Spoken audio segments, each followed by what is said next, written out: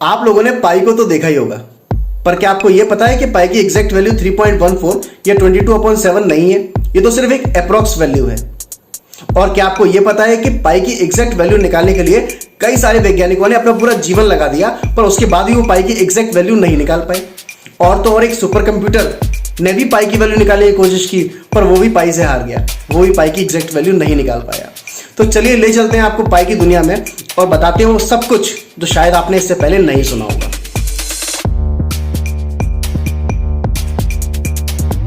सबसे पहले हम बात करते हैं कि पाई होता क्या है। तो पाई सर्कल में सरकमफेरेंस और उसके डायमीटर का रेशियो होता है। तो pi is a ratio of circumference of the circle to its diameter. मान के चलिए कि आपको एक सर्कल बनाना है जिसका रेडियस 3 सेंटीमीटर है, तो सर्कल कुछ इस तरीके से बनेगा। अगर रेडियस 3 सेंटीमीटर है तो डायमीटर कितना होगा, 6 सेंटीमीटर। और इसका जो सरकमफेरेंस है, अगर आप इसको कैलकुलेट करेंगे, या मैं कहूं पेरीमीटर, सरकमफेरेंस कहूं या पेरीमीटर कहूं, अगर आप इसको कैलकुलेट करेंगे तो ये आएगा 18.85। तो जब भी आप 3 सेंटीमीटर सर्कल का रेडियस बनाएंगे तो उसका सरकमफेरेंस हमेशा 18.85 ही बनेगा। उसी प्रकार से अगर आप 6 सेंटीमीटर रेडियस का सर्कल बनाएंगे तो उसका जो पेरीमीटर है, जो सरकमफेरेंस है, वो 31.42 होगा। तो जो पाई होता है वो सरकमफेरेंस और डायमीटर का रेशियो होता है। और जब आप इसकी वैल्यू कैलकुलेट करेंगे तो ये आएगी 3.14। चाहे सर्कल बड़ा हो या सर्कल छोटा हो, पाई की वैल्यू कभी नहीं चेंज होगी। तो आपको समझ में आ गया होगा। तो अगर पाई की वैल्यू चेंज हो जाएगी, अगर पाई की वैल्यू 3.14 नहीं होगी तो जो सर्कल है वो एग्जैक्ट गोल नहीं बनेगा। तो आपको समझ में आया होगा कि पाई का कितना इंपॉर्टेंस है। अगर पाई है तो ही सर्कल क्या है, गोल है। अगर पाई की वैल्यू एग्जैक्ट 3.14 नहीं होगी तो आपका सर्कल गोल नहीं होगा। अगर इसके रेशियो में, अगर सरकमफेरेंस और डायमीटर के रेशियो में अगर अंतर आ जाएगा तो आपका सर्कल एग्जैक्ट गोल नहीं बनेगा। तो अब आप घर में देख सकते हैं, आपके घर में कोई भी गोल चीज जहां गोल है वहां पाई है। चाहे सर्कल ले लो, चाहे सिलेंडर ले लो, चाहे स्फीयर ले लो, है ना, चाहे गाड़ी का टायर ले लो, तो जहां गोल है वहां पाई है। चलिए पाई की हिस्ट्री के बारे में बात कर लेते हैं। लगभग 2020 में बेबियोस निवासियों ने पाई की वैल्यू 3 कैलकुलेट की। ये पाई की एग्जैक्ट वैल्यू तो नहीं थी, पर फिर भी पाई की वैल्यू के क्लोज थी। उसके बाद 1650 BC में एक डॉक्यूमेंट मिला जिससे पता चला कि इजिप्शियंस ने भी पाई की वैल्यू 3.1605 कैलकुलेट की, और उस डॉक्यूमेंट का नाम राइन पैपरस है। और उसके बाद एंट्री होती है महान वैज्ञानिक और गणितज्ञ आर्किमिडीज। उन्होंने कभी ये दावा तो नहीं किया कि उन्होंने पाई की एग्जैक्ट वैल्यू निकाली है, पर उन्होंने बताया कि पाई की वैल्यू 223/71 से लेकर 22/7 के बीच में होगी।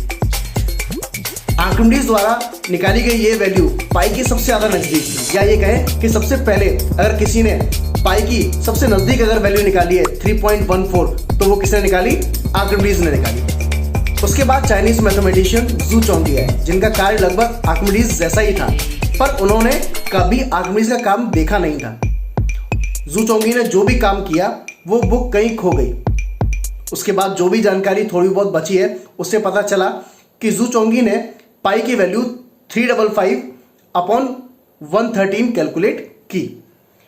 शुरुआत में किसी को नहीं पता था कि पाई को पाई लेटर से ही डिनोट करना है। बाद में 1706 में विलियम जोन्स आए, जिन्होंने पाई लेटर दुनिया को दिया।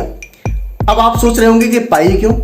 पाई ग्रीक भाषा का 16वां लेटर है। जैसे कि इंग्लिश अल्फाबेट्स का 16वां लेटर पी है, उसी तरीके से ग्रीक अल्फाबेट्स का 16वां जो लेटर है वो पाई है।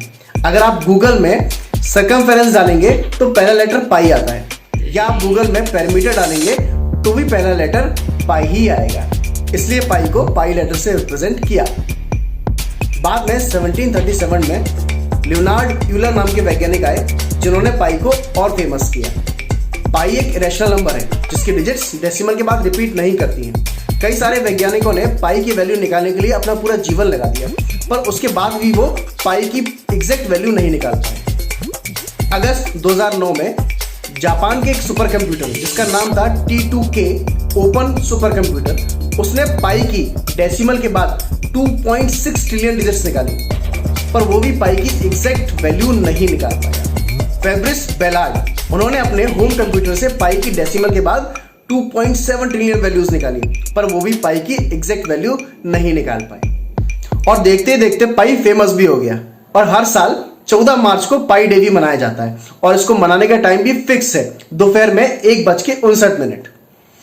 क्या आपको पता है कि 14 मार्च को ही महान वैज्ञानिक एल्बर्ट आइंस्टीन का जन्म हुआ था और 14 मार्च को महान वैज्ञानिक स्टीफन हॉकिंस की मृत्यु हुई थी। कई सारे लोग कई सारी बातें करते हैं लेकिन पाई का रहस्य आज तक नहीं सुलझ पाया।